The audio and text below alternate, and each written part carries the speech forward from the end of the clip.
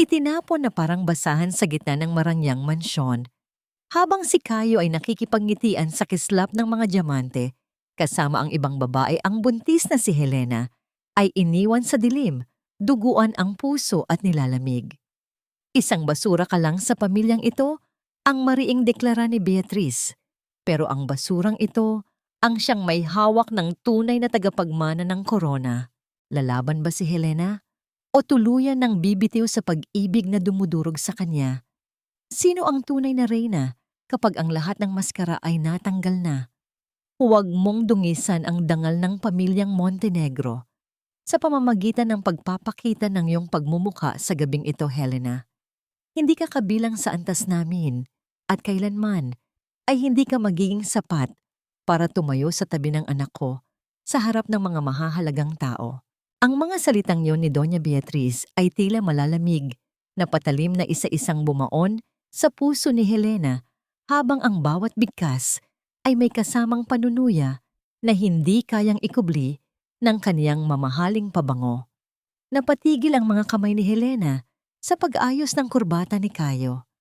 Kanina lang ang kaniyang puso ay punong-puno ng pag-asa. Iniisip na sa espesyal na gabing ito ay sa wakas ay kikilalanin na siya bilang asawa ng nag-iisang tagapagmana ng mga Montenegro. Maingat niyang pinlansya ang bawat tupi ng vest ni Kayo, tinitiyak na walang kahit isang gusot dahil gusto niyang maging proud ang asawa sa kanya. Ngunit ang kanyang pagmamahal ay sinagot ng isang lumang bestida na kupas na ang kulay na itinapon ni Beatrice sa kanyang harapan, gaya ng pagtatapon ng dumi sa basurahan. Tumingin si Helena kay Kayo, naghahanap ng kahit isang sulyap ng pagtatanggol, isang salitang magsasabing, "Inay, asawa ko siya." Pero nanatiling nakatitig si Kayo sa malaking salamin, abala sa pag-aayos ng kanyang buhok, na tila ba ang mga luhang namumuo sa mga mata ni Helena ay mga buti lamang ng hamog na walang halaga. Ang katahimikan ni Kayo ay mas masakit pa kaysa sa bulyaw ni Beatrice. Ramdam ni Helena ang unti-unting pagbigat ng kanyang katawan, ang kanyang tiyan na 7 buwan. Nang dinadala ang bunga ng kanilang pag-ibig ay biglang kumitig. Tila ba maging ang sanggol sa loob ay nararamdaman ang panginginig ng kanyang mga kalamnan. Narinig ang banayad na pagbukas ng pinto at ang tunog ng mga takong na naglalakad ng may awtoridad sa makintab na sahig. Pumasok si Sofia, suot ang isang itim na gown na kumikinang sa ilalim ng mga chandelier. Yakap nito ang kakinisan ng kanyang balat na tila isang reyna. Lumapit si Sofia kay Kayo at natural na humawak sa braso nito, isang kilos na dapat ay para lamang sa isang asawa. "Let's go, Kayo. We're going to be late for the gala." At ayaw ni Tita Beatrice na pinaghihintay ang mga board members, nakangiting wika ni Sofia habang ang kaniyang mga mata ay pasulyap na tumingin kay Helena nang may halong awa at tagumpay. "Kayo, aalis ka ba talaga nang hindi ako kasama?" Ang boses ni Helena ay halos pabulong na gumaralgal sa bigat ng emosyong pilit niyang sinusupil sa kanyang lalamunan. Ang kanyang mga daliri ay mahigpit na nakakapit sa gilid ng mesa, sinusubukang kumuha ng lakas upang hindi tuluyang manghina ang kanyang mga tuhod.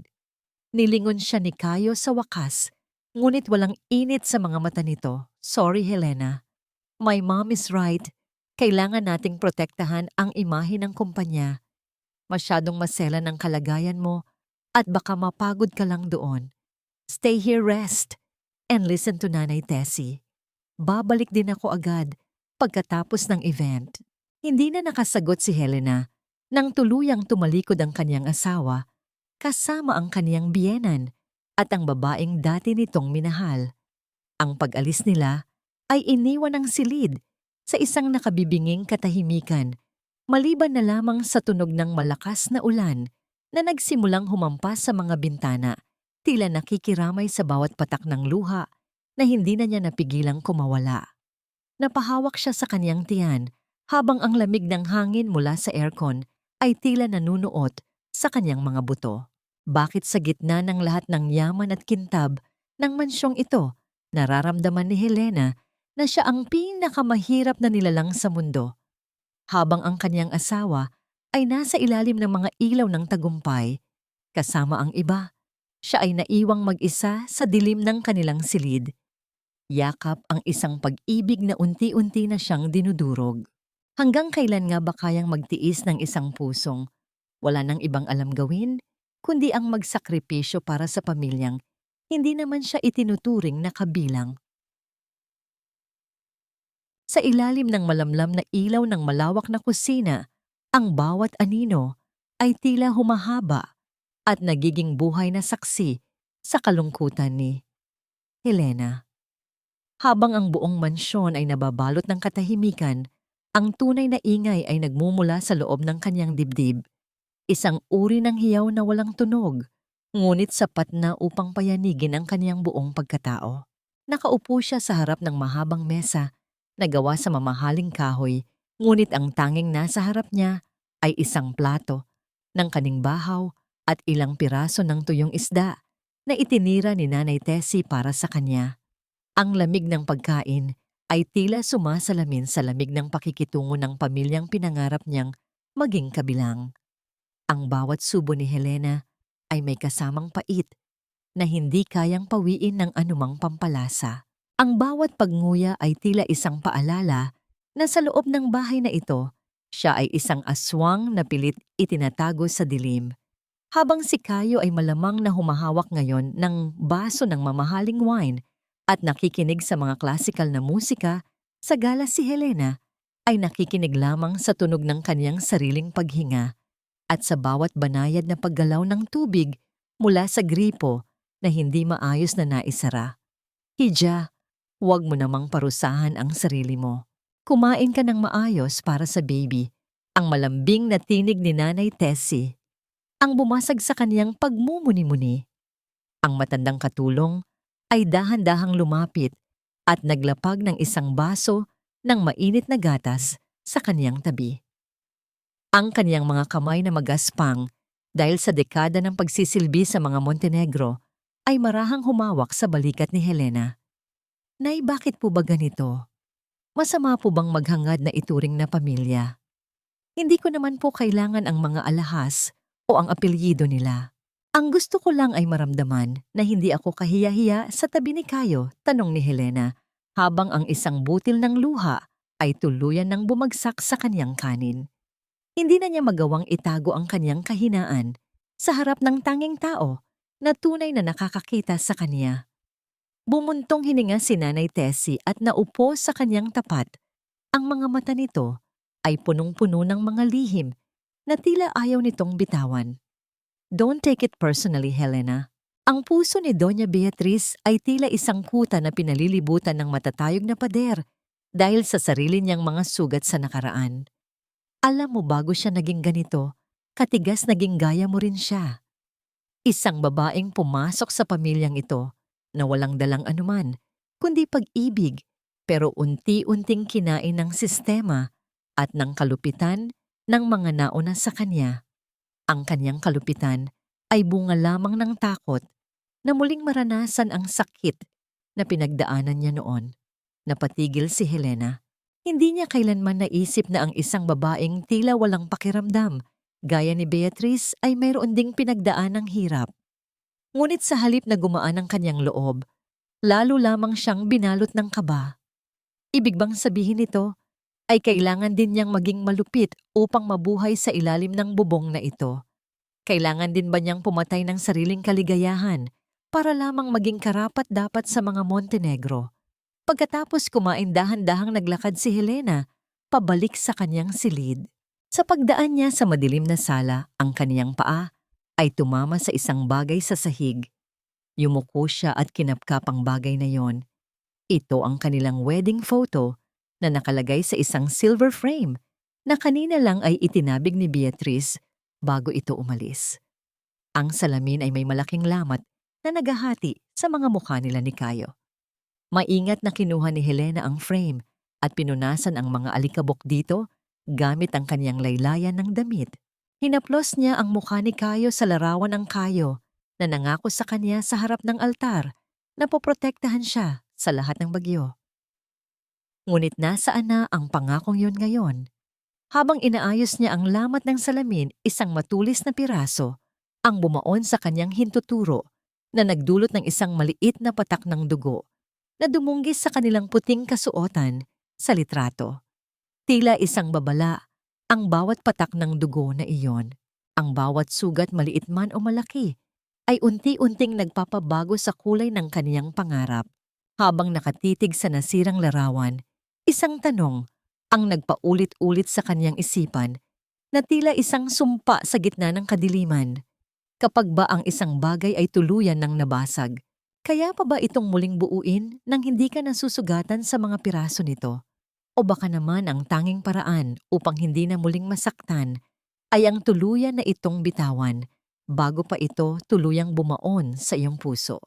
Ang marahang pag-ikot ng seradura ng pinto ay tila isang babala na bumasag sa mabigat na katahimikan ng madaling araw. Pumasok ang malamig na hangin mula sa pasilyo kasabay ng anino ni Kayo na dahan-dahang gumapang sa sahig ng kanilang silid.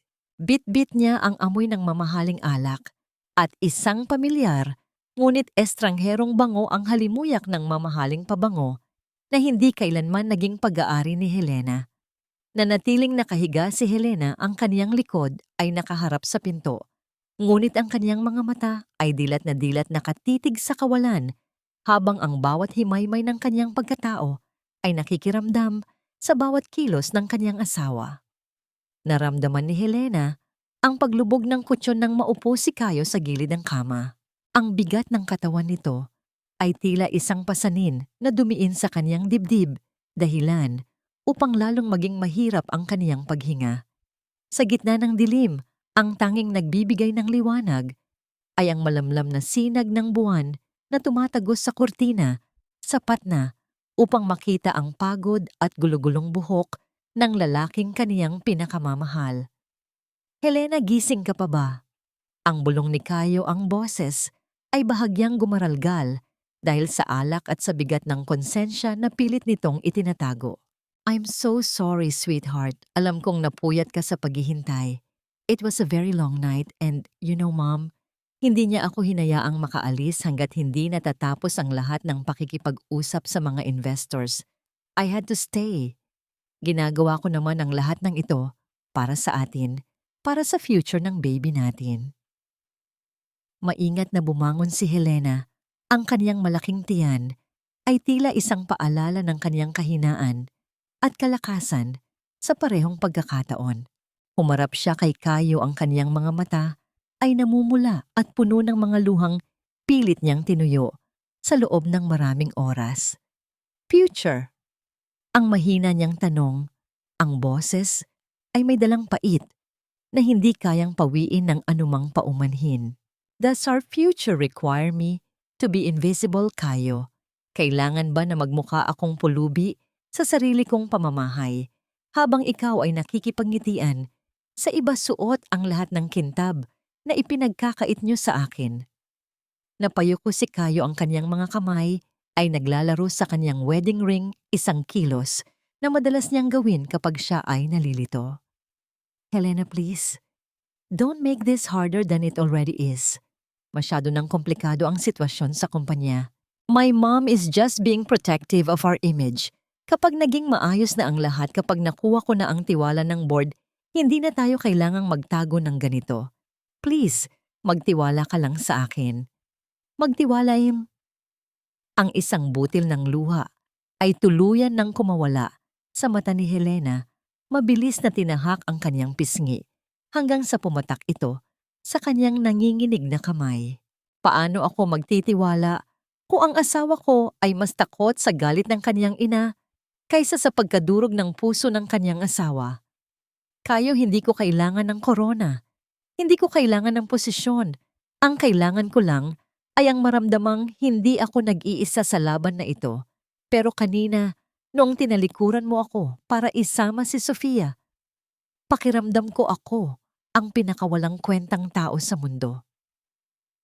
Sinubukan siyang hawakan ni Kayo sa balikat, ngunit marahang umiwas si Helena. Ang bawat haplos nito ay tila naging mapanghusga, tila ba ang bawat hawak nito ay may halong paalala ng kaniyang pagiging hindi sapat.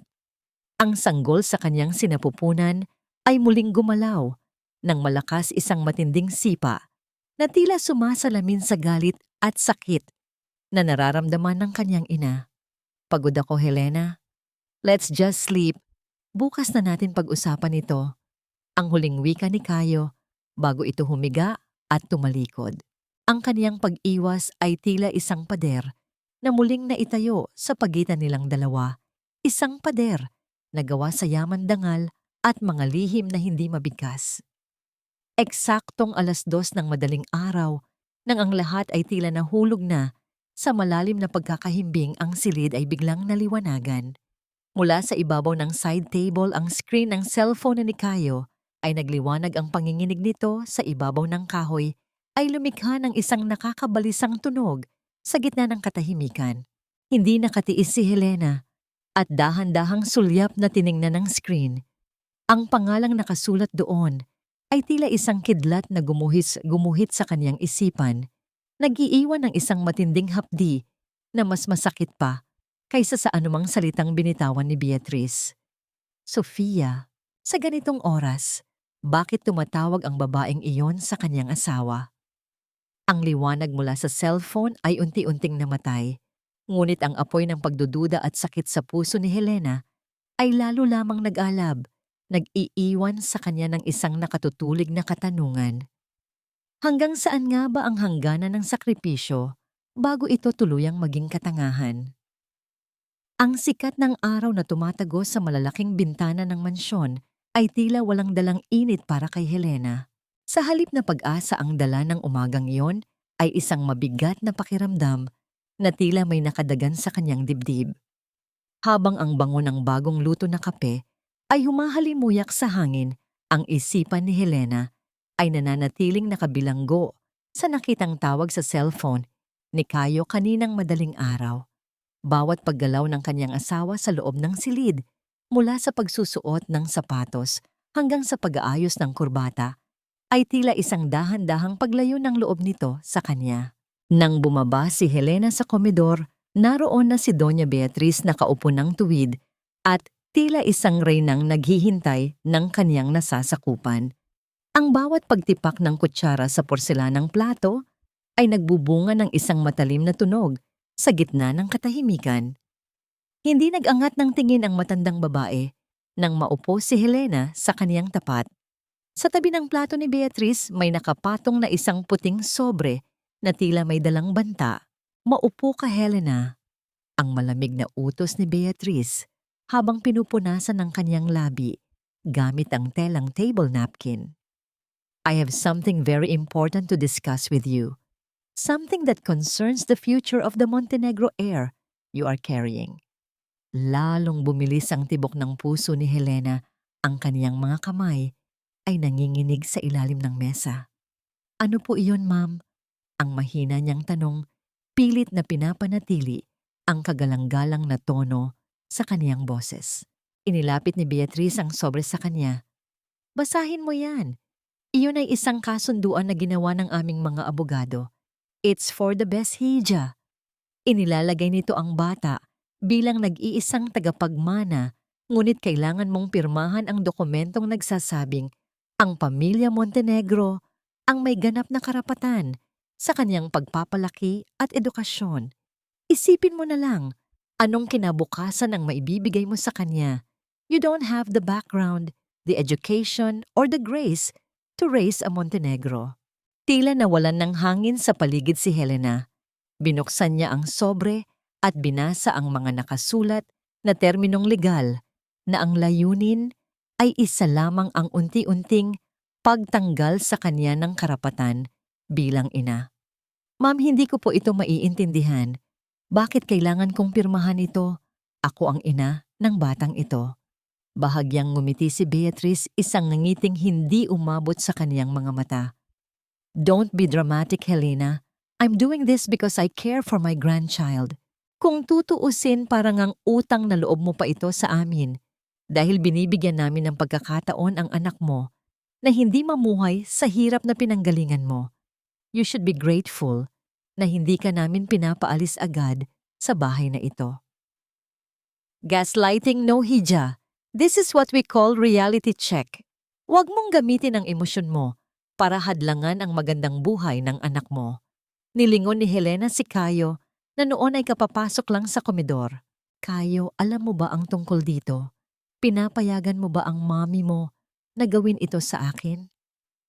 Umiwas ng tingin si Kayo at kumuha ng tasa ng kape. Ang kaniyang mga balikat ay tila bumigay sa bigat ng sitwasyon. Helena, let's not make a scene. My mom has a point. Para naman ito sa bata. Security niya ang pinag-uusapan dito. It's just a formality. Okay, wag mong bigyan ng mali siya ang lahat ng ginagawa namin para sa inyo. Ang bawat salita ni Kayo ay tila isang pagtalikod sa kanilang mga panata. Ramdam ni Helena ang pagsisikip ng kaniyang lalamunan. Ang mga luhang pilit niyang pinipigilan ay tila mga kristal na handa ng mabasag. Sa gitna ng kaniyang pagkalunod sa sakit, naramdaman niya ang presensya ni Nanay Tessie sa kanyang likuran. Ang matandang katulong ay naglalagay ng prutas sa mesa nang bigla itong mabitawan dahilan upang gumulong ang mga ito sa sahig. Sa pagyuko ni Nanay Tessie upang pulutin ang mga prutas, isang lumang susi na may kalawang at nakasabit sa isang kupas na pulang laso ang nahulog mula sa kanyang bulsa at huminto sa tapat ng paa ni Helena. Mabilis itong pinulot ni Nanay Tessie at pasimpleng tiningnan si Helena nang may kahulugan sa kanyang mga mata, isang tingin na tila nagsasabing may mga lihim na nakatago sa likod ng mga pader ng mansyong ito na hindi pa niya natutuklasan. Nang makaalis ang mag-inang Montenegro, naiwang nakatitig si Helena sa puting papel sa kanyang harap. Ang tinta ng mga letra ay tila nagiging malabo dahil sa kanyang mga luha. Bakit ang pag-ibig na inaakala niyang magiging kanlungan niya ay naging isang madilim na bilangguan? Habang hinahaplos niya ang kanyang tiyan, isang matinding takot ang bumalot sa kanya, ang takot na baka pagkatapos maipanganak ang kanyang anak, ang pamilyang ito ay wala nang ititira sa kanya kundi ang pait ng pagiging isang estranghero sa sarili niyang buhay. Hanggang kailan niya kayang panindigan ang isang kasunduang unti-unting pumapatay sa kanyang kaluluwa? Ang bawat hakbang ni Helena sa kahabaan ng pasilyo ng mansyon ay tila isang paglalakad sa ibabaw ng manipis na salamin. Ang katahimikan ng bahay ay mabigat, tila ba ang mga dingding ay may sariling mga mata na nagmamasid sa bawat kaniyang pagkilos. Hawak niya sa loob ng kaniyang bulsa ang susi na iniwan ni Nanay Tessie, isang maliit na piraso ng bakal na tila nag-aapoy sa init dahil sa bigat ng lihim na dala nito. Habang ang lahat ay abala sa kani-kanilang mga gawain, tinahak ni Helena ang landas patungo sa pinakalikod na bahagi ng mansyon kung saan naroon ang lumang bodega na bihirang dalawin ng sinuman. Ang hangin sa loob ng bodega ay amoy alikabok at lumang papel, isang amoy na tila nagdadala sa kanya sa isang nakaraang matagal nang ibinaon sa limot. Ang bawat paggalaw ng kanyang mga paa ay lumilikha ng bahagyang pag-angat ng alikabok sa sahig na sumasayaw sa ilalim ng kakarampot na sinag ng araw na tumatagos sa maliit na bintana. Nakita niya ang isang cabinet na gawa sa maitim na kahoy nakatago sa likod ng mga lumang kurtina. Ang dahan-dahang pag-ikot ng luma at kinakalawang na susi sa loob ng trangka ay lumikha ng isang mahinang tunog ng pagkakakabit ng bakal bago tuluyang bumukas ang pinto nito. Sa loob natagpuan ni Helena ang isang kahon na gawa sa lata, kupas na ang disenyo nito at may mga bahagi ng kinakalawang. Sa pag-angat niya ng takip bumungad sa kanya ang mga lumang larawan at mga liham na nanilaw na sa paglipas ng panahon. Kinuha niya ang isang litrato, isang itim at puting larawan ng isang dalaga na nakasuot ng simpleng bestida, malayo sa marangyang kasuotan na nakasanayan niyang makita kay Doña Beatriz. Ang dalaga sa larawan ay may mga matang puno ng pangarap, ngunit may bakas din ng matinding takot at pag-aalangan. Si Beatrice ba ito? Ang pabulong na tanong ni Helena sa kaniyang sarili habang ang kaniyang mga daliri ay marahang humahaplos sa mukha ng babae sa larawan. Sa likod ng litrato, may nakasulat na maikling mensahe sa isang sulat kamay na tila nagmamadali at puno ng pait. Isang pangalan ang nakasaad doon at isang petsa na tila nagmamarka ng isang malaking pagbabago. Nakakita rin siya ng isang liham na hindi natapos kung saan nakasaad ang mga salitang humihingi ng tawad sa isang sakripisyong kailangang gawin para sa kaligtasan at kinabukasan. Naramdaman ni Helena ang isang kakaibang kirot sa kanyang puso. Ang galit na nararamdaman niya para sa kanyang biyenan ay biglang nahaluan ng matinding awa. Napagtanto niya na ang bakod na itinayo ni Beatrice sa paligid ng kanyang puso ay hindi lamang para sa proteksyon ng kumpanya, kundi para itago ang mga sugat ng isang babaeng minsan ding naging biktima ng sistema. Ang kalupitang ipinapakita nito sa kanya ngayon ay tila isang paulit-ulit na senaryo ng sarili nitong nakaraan, isang siklo ng sakit na ipinapasa mula sa isang henerasyon patungo sa isa pa. Hinahanap mo na pala ang hinahanap mo, ang malambing ngunit malungkot na tinig ni Nanay Tessie mula sa pintuan ng bodega. Hindi nagulat si Helena, tila ba alam niya na darating ang matanda upang gabayan siya sa madilim na bahagi ng kasaysayan ng mga Montenegro. Nay, bakit kailangang itago ang lahat ng ito? Bakit kailangang maging ganito siya kasama sa akin kung alam naman niya ang pakiramdam ng maging mag-isa at hamak? Ang tanong ni Helena habang ang kaniyang mga mata ay nagsisimulang mangilid ng luha. Lumapit si Nanay Tessie at hinawakan ang kaniyang kamay. Minsan ang mga taong pinakanasaktan ang siya ring nagiging pinakamalupit dahil natatakot silang ipakita ang kanilang kahinaan. Ang lihim na yan, Helena, ang siyang nagpapatakbo sa mansyong ito. Pero tandaan mo, ang katotohanan ay may sariling paraan ng paglabas, gaano mo man ito kalalim ibaon. Habang pabalik si Helena sa kaniyang silid, yakap ang natuklasang katotohanan, naramdaman niya ang mabilis na pagtibok ng kaniyang puso. Ang lihim na kaniyang hawak ay hindi lamang isang kwento ng nakaraan, kundi isang sandata na maaring makasira o makapagligtas sa kanilang lahat. Ngunit ang pinakanakababalisang bahagi ay ang huling linya sa liham na kaniyang nabasa, isang pagbanggit sa isang nawawalang bahagi ng buhay ni Beatrice na maaaring magpabago sa tingin ni Caio sa kaniyang sariling ina. Paano niya sasabihin sa asawa na ang matatag na pundasyon ng kanilang pamilya ay nakatayo sa ibabaw ng isang malaking kasinungalingan? Ang bigat ng hangin sa loob ng silid-aklatan ni Doña Beatriz ay tila sapat na upang kitlin ang hininga ni Caio. Nakatayo ang kaniyang ina sa harap ng malaking bintana, nakatanaw sa malawak na hardin na nababalot ng kadiliman ng gabi. Ang tanging nagbibigay ng liwanag sa silid ay ang lampara sa ibabaw ng mesa kung saan nakalatag ang ilang mga dokumentong may selyo ng kumpanya at isang puting papel na may titulong nagpabilis sa tibok ng puso ni Caio. Pinili mo ang babaeng iyan sa kabila ng lahat ng babalako, Caio. Ang panimula ni Beatrice, ang boses ay kalmado, ngunit may dalang talim, na tila humihiwa sa katahimikan. Ngayon, ang mga investors ay nagsisimulang magduda. Ang imahe ng Montenegro ay nadudungisan dahil sa iyong pagpilit na manatili sa isang relasyong walang maidudulot na pakinabang sa ating pamilya. Isipin mo ang iyong utang na loob sa akin, sa iyong ama, at sa mga taong nagbuwis ng buhay para itayo ang imperyong ito. Lumapit si Caio sa mesa, ang kanyang mga kamay ay nakakuyom sa kanyang gilid. Ma'am, hindi ito tungkol sa kumpanya. Tungkol ito sa buhay ko, sa asawa ko at sa anak ko. Hindi niyo ba kayang makita na masaya ako kay Helena? She's the only one who truly understands me, not Sofia, not anyone else. Humarap si Beatrice, ang kaniyang mga mata ay tila dalawang nagbabagang uling sa gitna ng dilim. Happiness is a luxury we cannot afford, Kayo. Sophia's family has offered a merger that will save us from the current crisis. If you continue this madness with Helena, I will have no choice but to strip you of everything.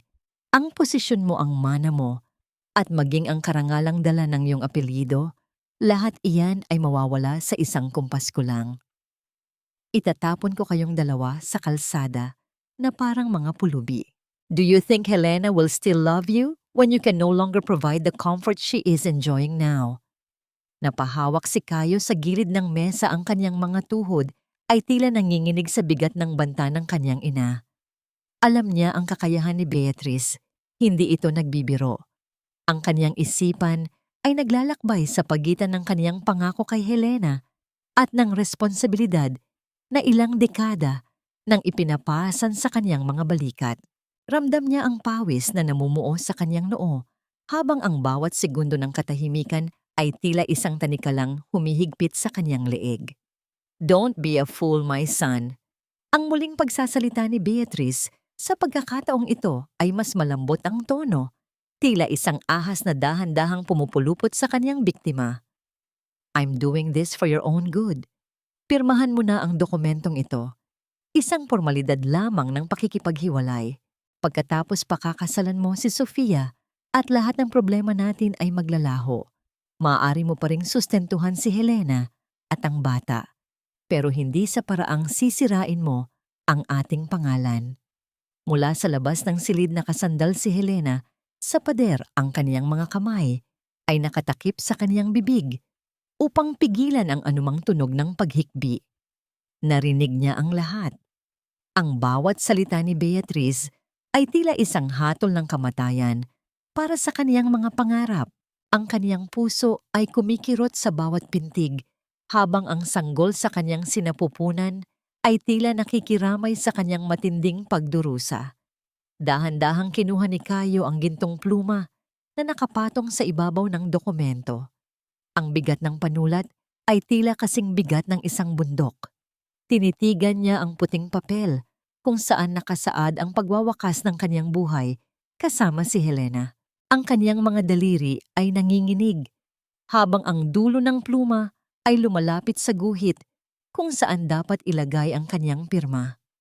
Isang patak ng tinta ang bumagsak sa papel na lumikha ng isang itim na marka na tila isang dungis sa kanilang sumpaan. Kayo!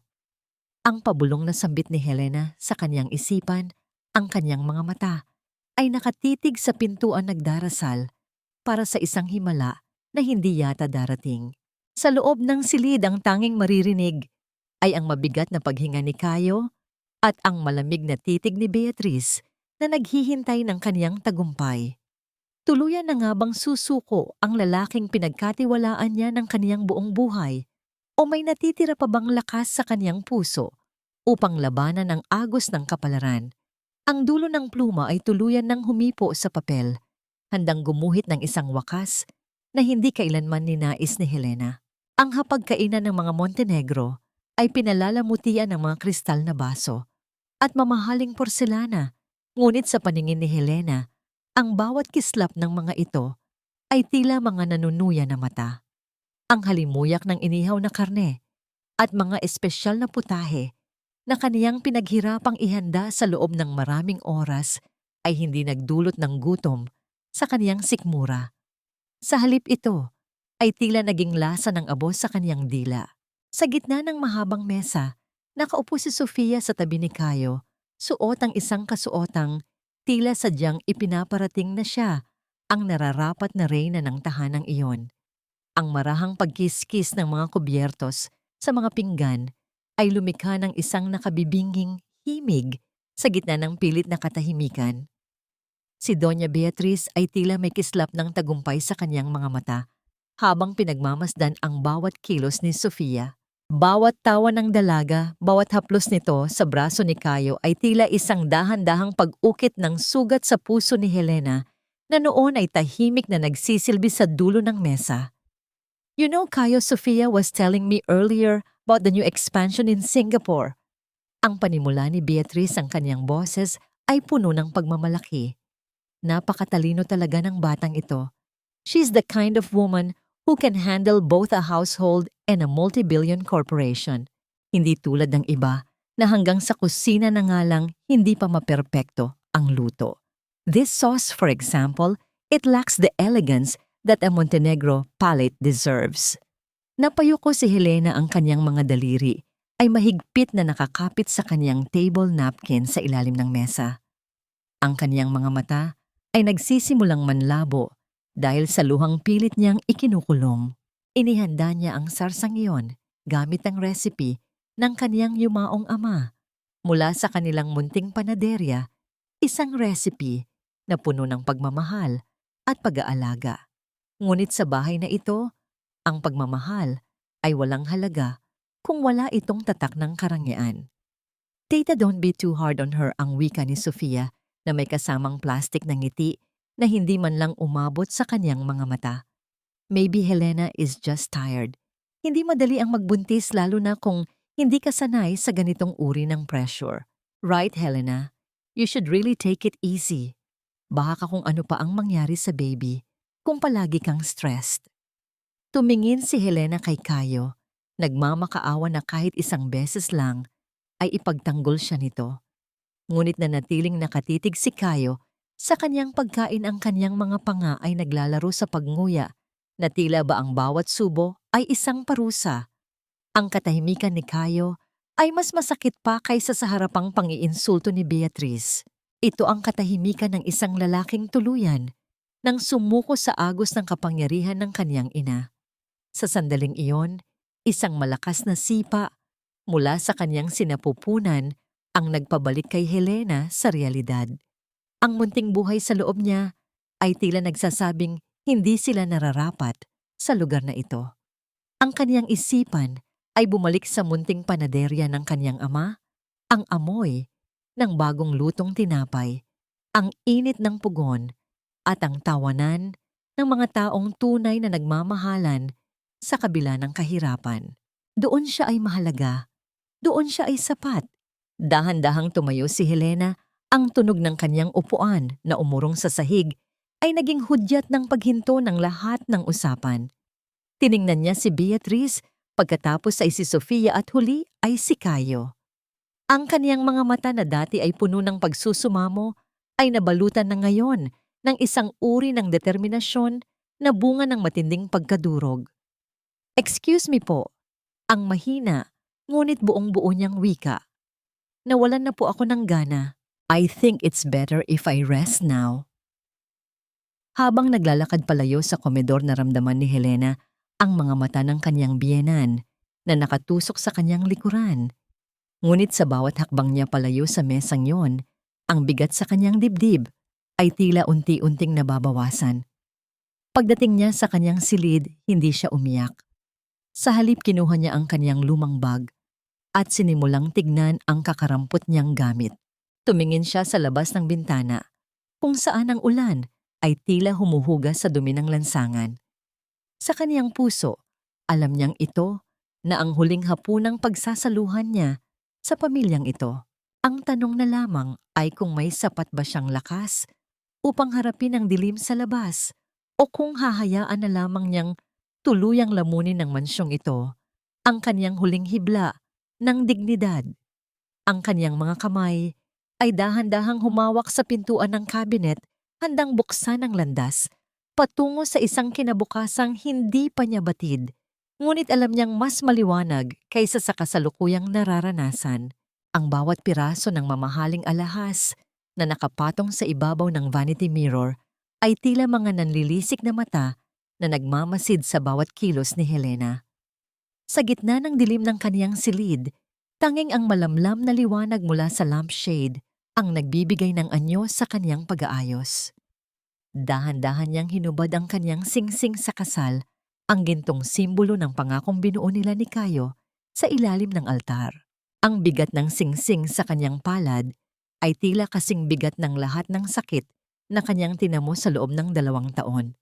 Maingat niya itong inilapag sa tabi ng isang sulat, isang munting piraso ng papel na naglalaman ng lahat ng kanyang hindi masabing pait.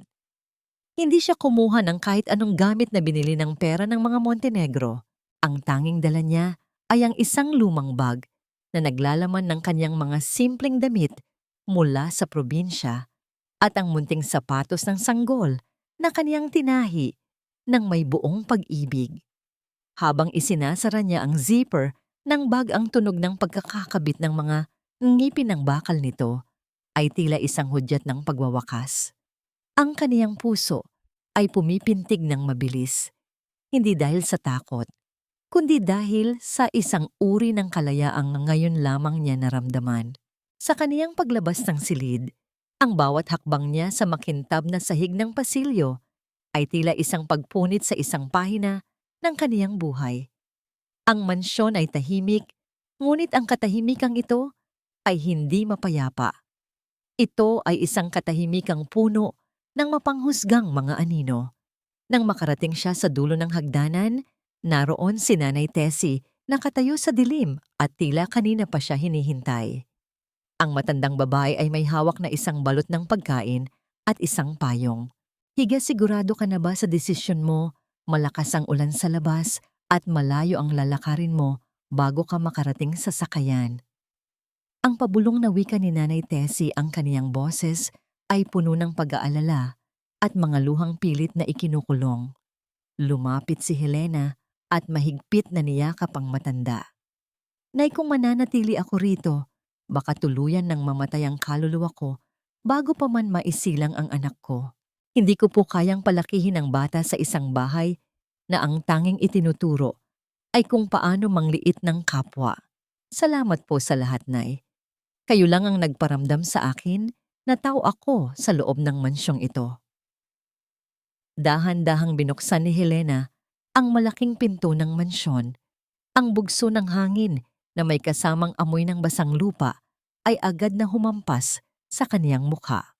Ang bawat patak ng ulan na tumatama sa kaniyang balat ay tila mga daliri ng langit na humuhugas sa lahat ng dumi at hapdi na kaniyang dinanas.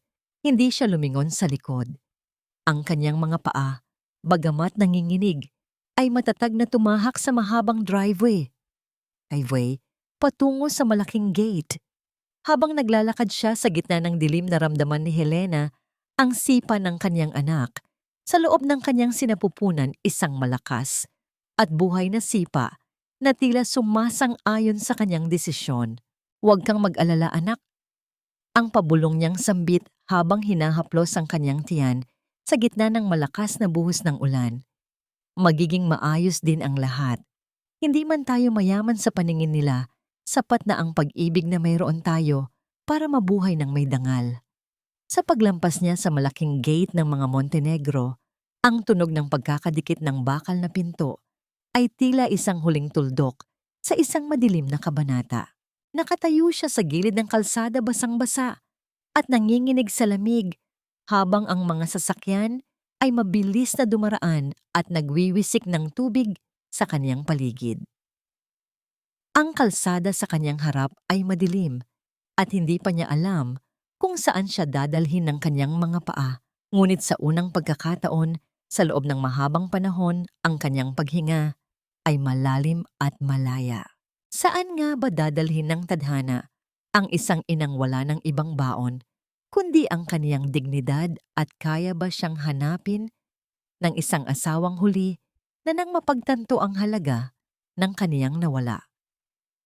Ang amoy ng pampaalsa at arena na humahalimuyak sa loob ng lumang panaderya ay tila mga kamay na yumayakap kay Helena, nagbibigay ng init na matagal nang ipinagkait sa kanya ng malalamig na pader ng mansyon ng mga Montenegro. Sa gitna ng madaling araw, habang ang buong mundo ay nahihimbing pa, ang tanging nagbibigay ng tunay na buhay sa munting gusaling ito ay ang alab ng apoy sa loob ng pugon. Ang bawat paggalaw ni Helena, ang pagmamasa ng kwarta, ang pagbudbod ng arena sa ibabaw ng hapag at ang pag-aayos ng mga lulutuing tinapay ay tila isang ritual ng pagpapagaling. Bagamat ang kanyang katawan ay nangangalay dahil sa kanyang malaking tiyan, ang kanyang isipan ay payapa. Ang bawat butil ng pawis na pumapatak mula sa kanyang noo ay simbolo ng kanyang pagsisikap na itayo ang isang buhay na hindi nakasandal sa yaman ng iba. Sa loob ng munting panaderya na ito, nakaisa-isang pamanang iniwan ng kaniyang ama. Natagpuan ni Helena ang kaniyang sariling tinig. Ang bawat tinapay na lumalabas mula sa mainit na pugon ay may dalang alaala ng kaniyang kabataan, isang panahong ang tanging problema ay kung paano uubusin ang bagong lutong pandesal. Dito siya ay hindi na ang asawang hindi sapat o ang babaeng galing sa hirap. Dito siya ay si Helena, ang anak ng isang panadero na may kakayahang magbigay ng busog at ngiti sa mga kapitbahay na maagang pumipila sa kaniyang pintuan.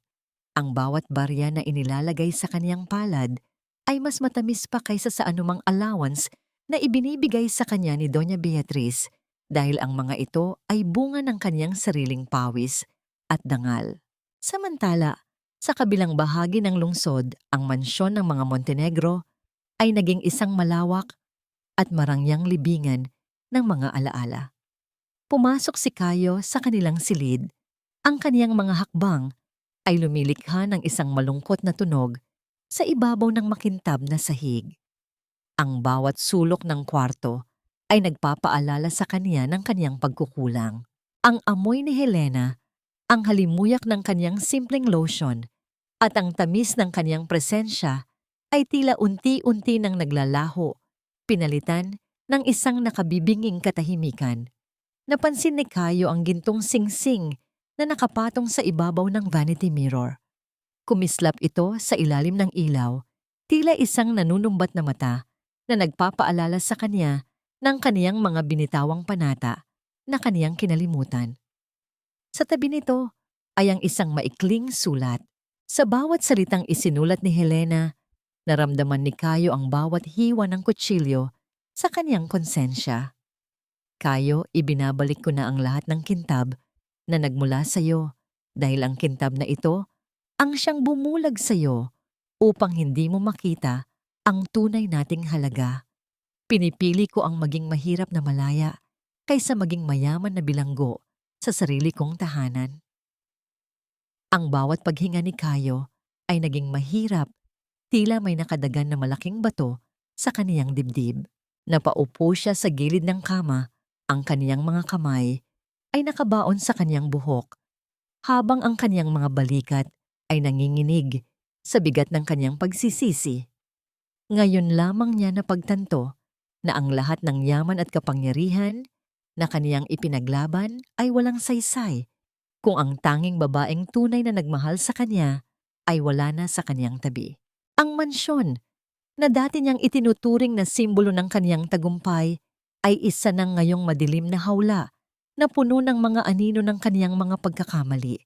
Bakit ba kailangang mawala muna ang isang tao bago natin mapagtanto ang kaniyang tunay na halaga? Ang katanungang ito ay nagpaulit-ulit sa isipan ni Cayo habang nakatitig siya sa bakanting bahagi ng kama. Sa labas ang araw ay nagsisimula ng sumikat, ngunit para sa kanya ang kaniyang mundo ay nananatiling nakalubog sa kadiliman. Sa kabilang banda si Helena ay nakatayo sa harap ng kaniyang pugon. Ang kaniyang mga pisngi ay namumula sa init ng apoy at ang kaniyang mga mata ay may kislap ng bagong pag-asa. Ngunit habang hinahaplos niya ang kaniyang tiyan, isang bahagi ng kaniyang puso ang hindi maiwasang magtanong. Kaya ba siyang hanapin ng kaniyang nakaraan sa gitna ng kaniyang bagong nasimulan? O ang pader na itinayo ng sakit ay sapat na upang hindi na sila muling magtagpo? Ang hangin sa loob ng silid-aklatan ni Doña Beatriz ay tila tumigil sa pagdaloy, naging kasing lamig ng yelo na bumabalot sa buong mansyon. Nakatayo si Cayo sa harap ng kaniyang ina, ang kaniyang mga mata na dati ay puno ng pag-aalangan ay kakikitaan na ngayon ng isang uri ng determinasyon na kailanman ay hindi pa nakikita ni Beatriz.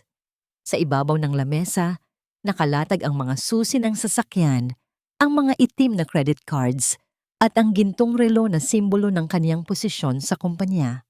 Ang bawat gamit na kaniyang inilapag ay lumikha ng tunog ng pagtama ang bakal sa kahoy, isang tunog na tila nagmamarka ng pagtatapos ng kaniyang pagkaalipin. Ano ang kahulugan nito, Kayo?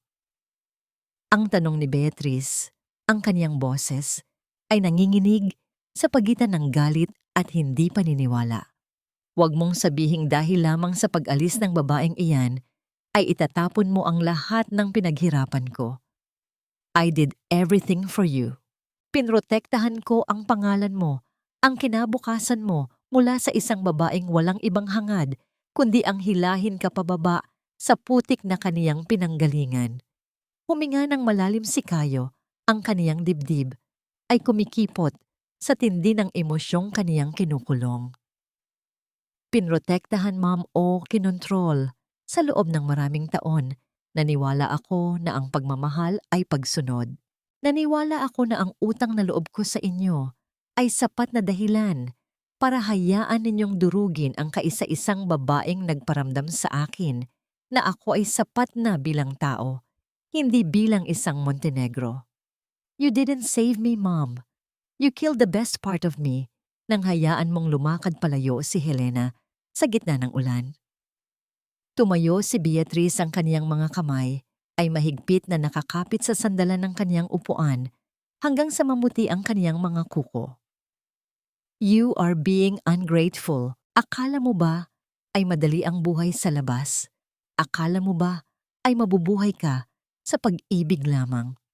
Once you step out of that door, you are nothing. Walang kumpanya, walang mana, walang kahit ano. Magiging kasing pulubi ka ng asawa mo.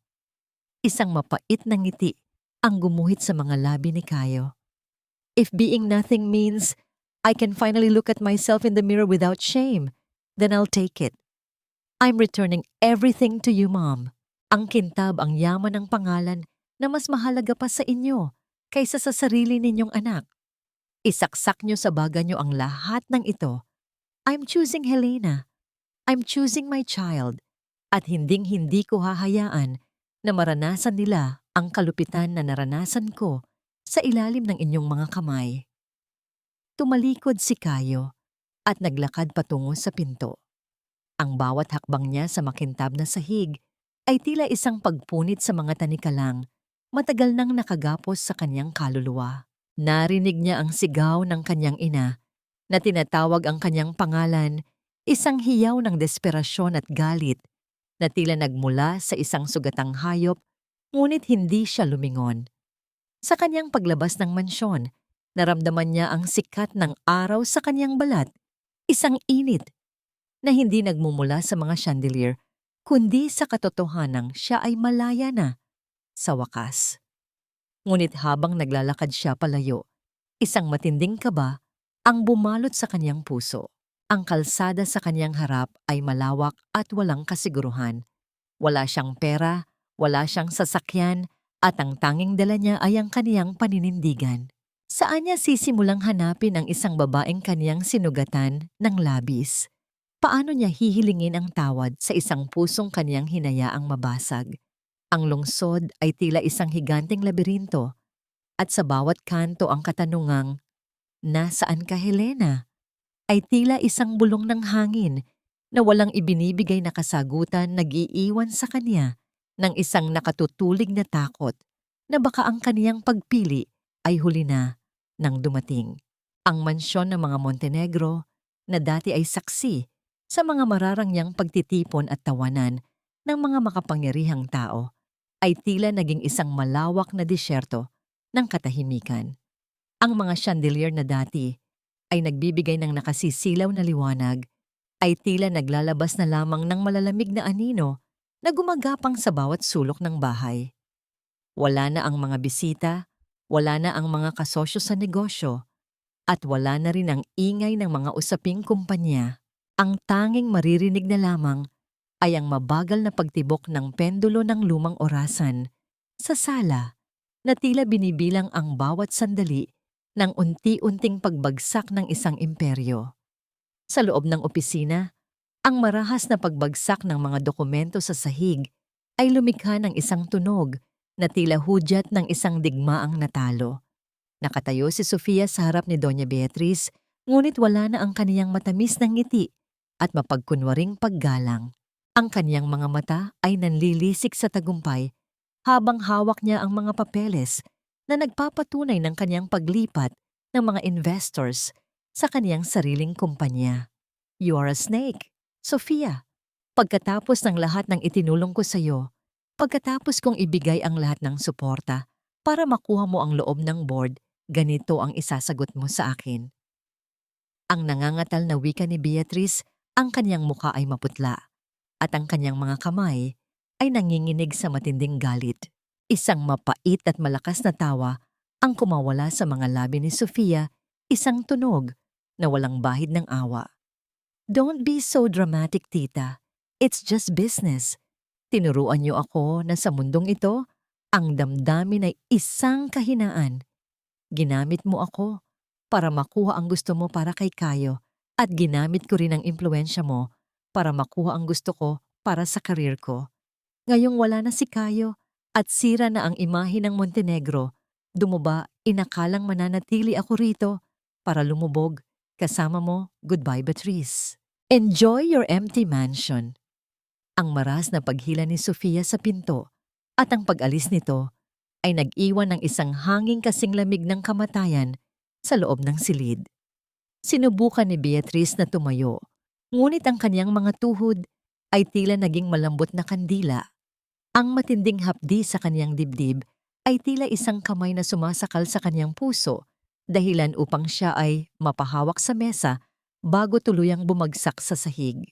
Ang kanyang paningin ay nagsimulang magdilim at ang mga alaala ng kanyang kalupitan kay Helena, ang kanyang pagtalikod sa sariling anak, at ang mga lihim ng kanyang nakaraan ay tila mga aninong sumasayaw sa kanyang paligid.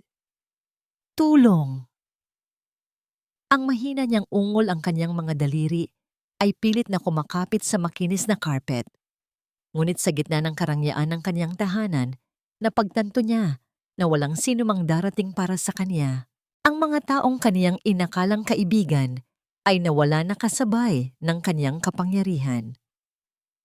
Nabalik lamang ang kaniyang diwa nang maramdaman niya ang isang mainit na kamay na humahawak sa kanyang ulo at ang isang pamilyar na boses na puno ng pag-aalala.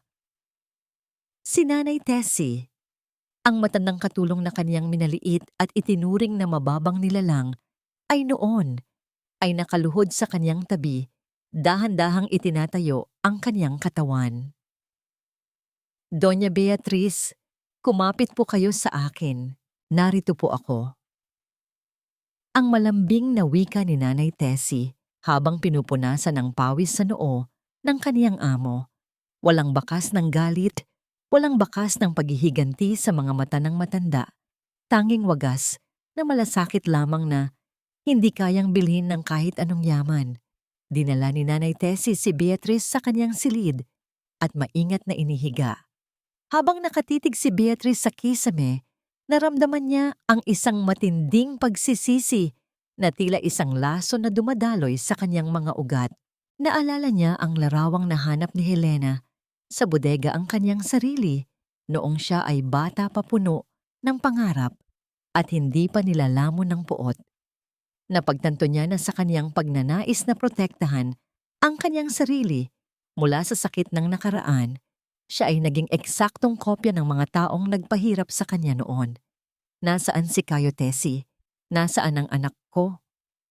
Ang pabulong na tanong ni Beatrice, ang mga luha ay tuluyan ng kumawala sa kanyang mga mata at tumulo sa mamahaling unan. Hahanapin po natin sila, ma'am. Magpahinga muna kayo. Ang sagot ni Nanay Tessie habang inaayos ang kumot. Ang bawat paghinga ni Beatrice ay naging isang panalangin ng paghingi ng tawad, ngunit sa kaniyang puso, ang katanungan ay tila isang mantsa na hindi na mabubura. May puwang pa ba para sa kaniya sa buhay ng mga taong kaniyang itinapon? O ang kaniyang pagsisisi ba ay isa na namang huling hantungan sa gitna ng isang buhay na binuo sa ibabaw ng mga pader ng kasinungalingan at kalupitan, habang ang kadiliman ng gabi ay tuluyang bumabalot sa kanyang silid. Ang tanging natitirang liwanag ay ang malamlam na titig ni Nanay Tessie, Isang huling hibla ng pag-asa sa gitna ng isang mundong tuluyan ng gumuho. Ang halimuyak ng bagong lutong pandesal ay humahalimuyak sa malamig na hangin ng madaling araw, isang amoy na tila nagdadala ng kapayapaan sa naglalayag na isipan ni Helena. Sa loob ng munting panaderya na kaniyang muling binuhay, ang bawat galaw niya ay may kasamang katiyakan at dangal. Ang init mula sa pugon ay nagbibigay ng kulay sa kanyang mga pisngi, habang ang kanyang malaking tiyan ay tila isang kaba ng pag-asa na malapit nang magbukas. Sa gitna ng kanyang pag-aayos ng mga tinitindang tinapay, ang anino ng isang lalaki ay dahan-dahang gumapang mula sa pintuan patungo sa kanyang paanan. Napatigil ang mga kamay ni Helena. Ang hawak niyang sipit ng tinapay ay bahagyang nanginig, habang ang kanyang puso ay nagsimulang tumibok nang mabilis, tila isang tambol na nagpapahiwatig ng pagdating ng isang hindi inaasahang panauhin. Dahan-dahan siyang nag-angat ng tingin, at doon sa bukana ng kanyang munting kaharian, nakatayo si Kayo. Ngunit hindi ito ang Kayo na kanyang iniwan sa mansyon. Wala na ang mamahaling vest, wala na ang kintab ng kanyang sapatos, at ang kanyang buhok ay tila hindi na isuyod ng maraming araw. Ang kanyang mga mata ay malalim puno ng pagod, ngunit may dalang liwanag na ngayon lamang nakita ni Helena, ang liwanag ng katotohanan. Helena, ang pabulong na sambit ni Kayo, ang kanyang boses ay tila isang haplos ng hangin na puno ng pagsusumamo. Nahanap din kita. Akala ko ay tuluyan na kitang naiwala sa gitna ng kadiliman ng aking mga pagkakamali. Hindi nakapagsalita agad si Helena. Ang kaniyang lalamunan ay tila binarahan ng lahat ng sakit-pait at pangungulila na kaniyang itinago sa loob ng ilang linggo. Anong ginagawa mo rito, Kayo? Bakit mo iniwan ang marangya mong buhay para lang hanapin ang isang babaeng itinuring ninyong basura? Ang tanong niya, pilit na pinatitigas ang kanyang boses sa kabila ng panlalambot ng kanyang mga tuhod. Dahan-dahang lumapit si Kayo, ang kanyang bawat hakbang ay maingat na tila natatakot na baka biglang maglaho ang babaeng nasa kanyang harap. Sa gitna ng mga nagkalat na arena sa sahig, dahan-dahan siyang lumuhod sa harap ni Helena. Ang kanyang mga kamay ay dahan-dahang humawak sa mga kamay ni Helena na noon ay puno pa ng puting pulbos ng harina. Ang lamig ng kanyang balat ay unti-unting napapalitan ng init ng haplos ni Kayo. I left everything, Helena. Ang mansyon ng kumpanya ang apelyidong naging tanikala sa aking leeg.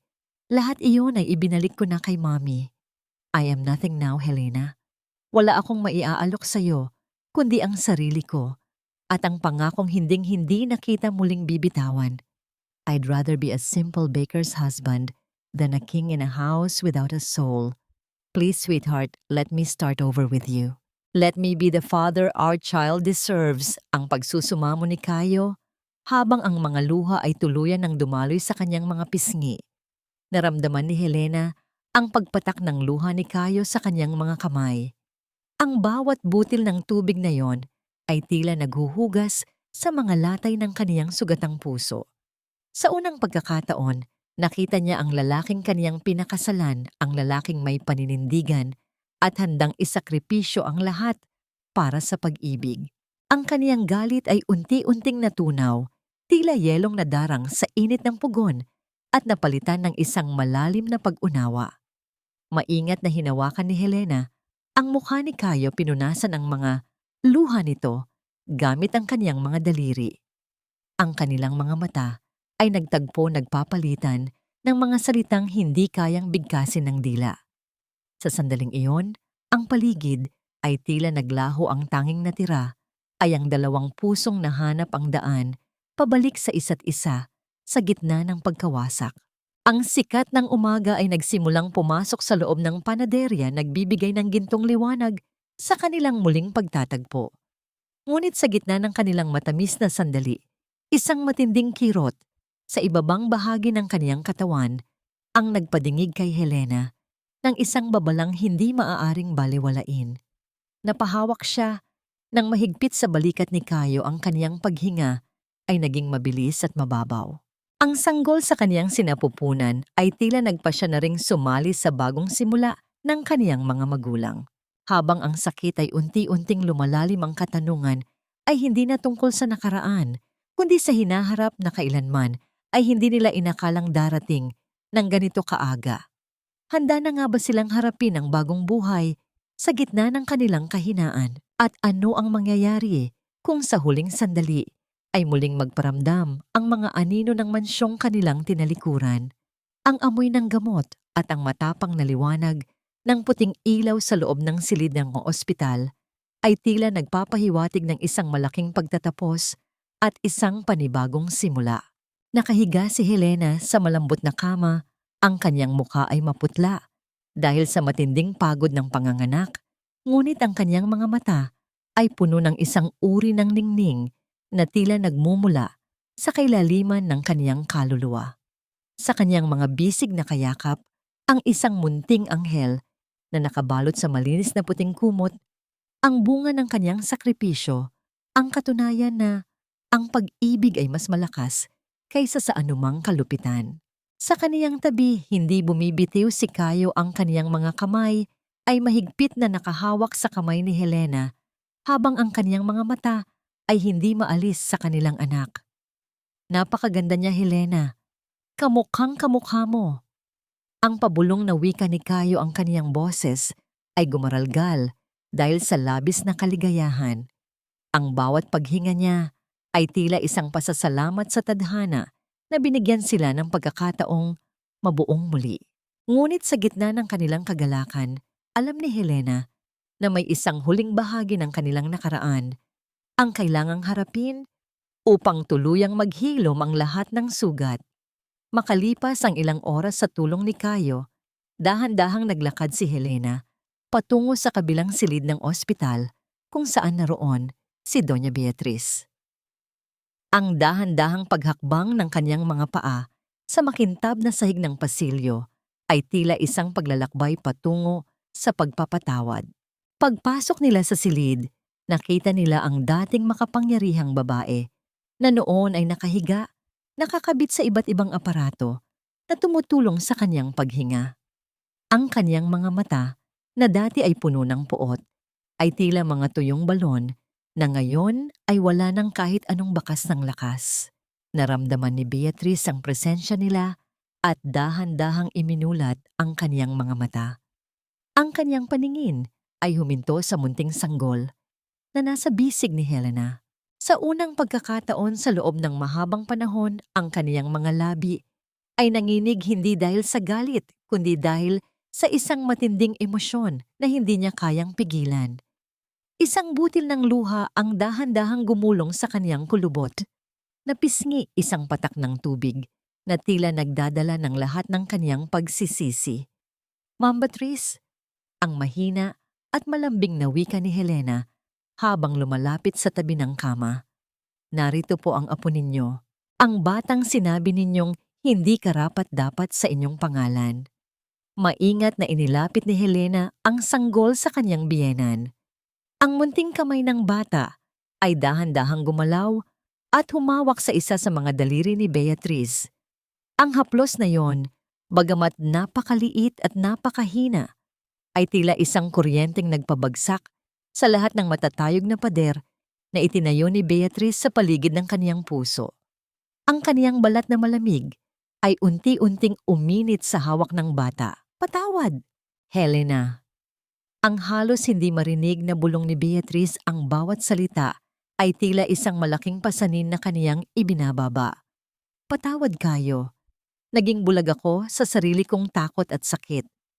Inakala ko na ang pagiging malupit ang tanging paraan para hindi ako muling masaktan.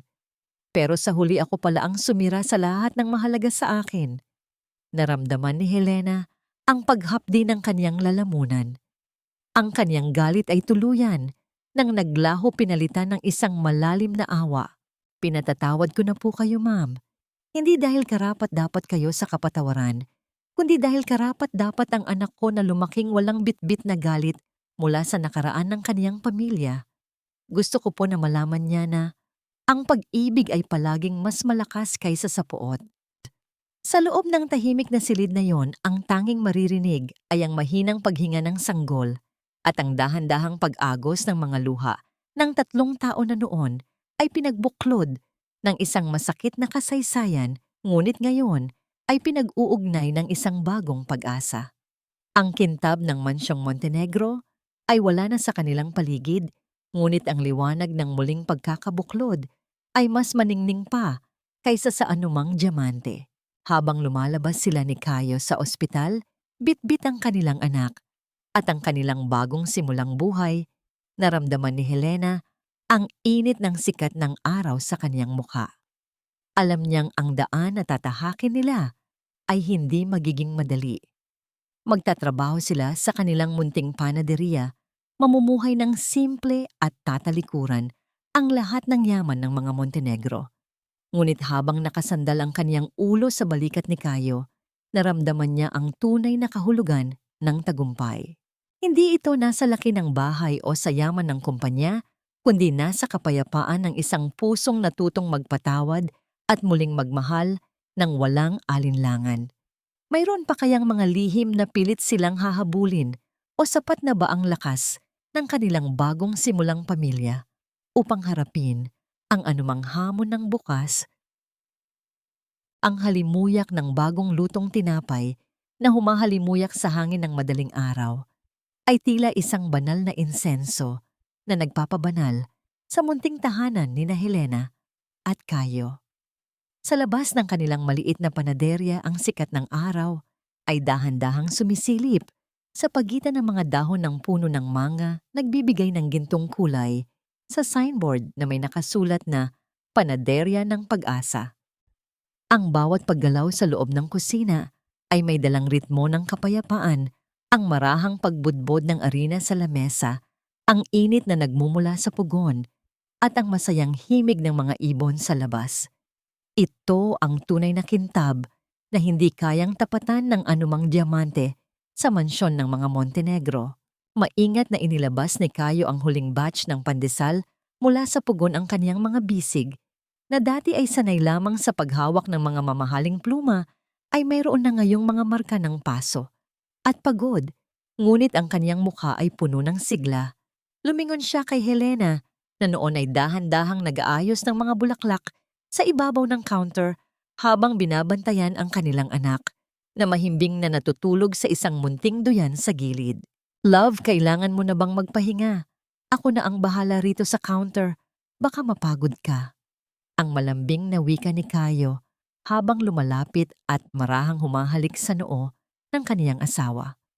Ngumiti si Helena, isang nangiting hindi na nababalutan ng takot o pag-aalinlangan. "I'm okay, Caio. Masarap sa pakiramdam ang ganito, yung alam mong bawat sentimong kinikita natin ay galing sa sarili nating pawis. Dito pakiramdam ko ay reyna ako ng sarili nating palasyo, kahit gawa lang ito sa simpleng semento at kahoy." Sa gitna ng kanilang usapan, isang pamilyar na sasakyan ang dahan-dahang huminto sa tapat ng kanilang tindahan. Hindi ito ang marangyang kotse na dati nilang nakasanayan, kundi isang simpleng sasakyan na lula ng isang babaeng tila binago na ng panahon. Bumaba si Beatrice, suot ang isang simpleng puting bestida, wala na ang mabibigat na alahas at ang mapagmataas na tingala. Ang kaniyang mga hakbang ay dahan-dahan, may dalang paggalang sa lupang kaniyang tinatapakan. Lola Beatrice. Ang masayang bati ni Helena habang lumalapit upang kunin ang kamay ng matanda para sa tradisyonal na pagmamano. Naramdaman ni Beatrice ang init ng palad ni Helena at ang kislap ng katapatan sa mga mata nito. Tumingin siya sa paligid ng munting panaderya at pagkatapos ay sa kaniyang apo na noon ay nagsisimula nang gumalaw sa duyan. "Ang bango rito, Helena. Mas mabango pa kaysa sa lahat ng mamahaling pabango na ginamit ko sa buong buhay ko. Ngayon ko lang naintindihan kung bakit pinili ni Caio na manatili rito. You didn't just build a business, you built a home where everyone is welcome." Sa kanilang simpleng pagsasalo ng kape at tinapay sa munting mesa, ang mga sugat ng nakaraan ay tila tuluyan ng naghilom. Wala na ang mga sumbatan, wala na ang mga lihim na mapangwasak. Napagtanto ni Beatrice na ang tunay na karangalan ay hindi nasusukat sa taas ng posisyon o sa kapal ng pitaka, kundi sa kakayahang magpakumbaba at tumanggap ng pagkakamali. Ang siklo ng kalupitan na kaniyang naranasan at ipinasa ay naputol na sa wakas, pinalitan ng isang bagong pamana ng pag-unawa at pagpapatawad. Nahanap na nga ba ni na Helena at Cayo ang tunay na binyen? Ang sagot ay makikita sa bawat ngiti ng kanilang anak at sa bawat kalyo sa kanilang mga kamay. Natutunan nila na ang buhay ay tila isang proseso ng pagmamasa ng tinapay, kailangang dumaan sa matinding panggigipit at init ng pugon bago lumabas ang tunay nitong sarap at bango. Ang kanilang kwento ay hindi nagtatapos sa happily ever after na parang isang fairy tale, kundi sa isang matatag na pangako na sa bawat umaga, hanggat may mainit na tinapay at tapat na pag-ibig laging may pag-asa. Sa huling sandali ng araw habang pinapanood nila ang paglubog ng araw, mula sa kanilang munting beranda, alam ni Helena na ang kanyang paglalakbay ay naging sulit. Ang bawat luha ay naging pataba sa kanyang paglago, at ang bawat sakit ay naging pundasyon ng kanyang katatagan. Ang mansyon ng mga Montenegro ay nananatiling nakatayo sa lungsod bilang simbolo ng yaman, ngunit ang kanilang munting panaderya ang mananatiling simbolo ng tunay na tagumpay ng puso. Dito sa ilalim ng langit na puno ng bituin, natagpuan nila ang pinakamahalagang aral na ang tunay na kayamanan ay hindi ang pagkakaroon ng lahat, kundi ang pagkakaroon ng sapat na pag-ibig upang ibahagi sa iba.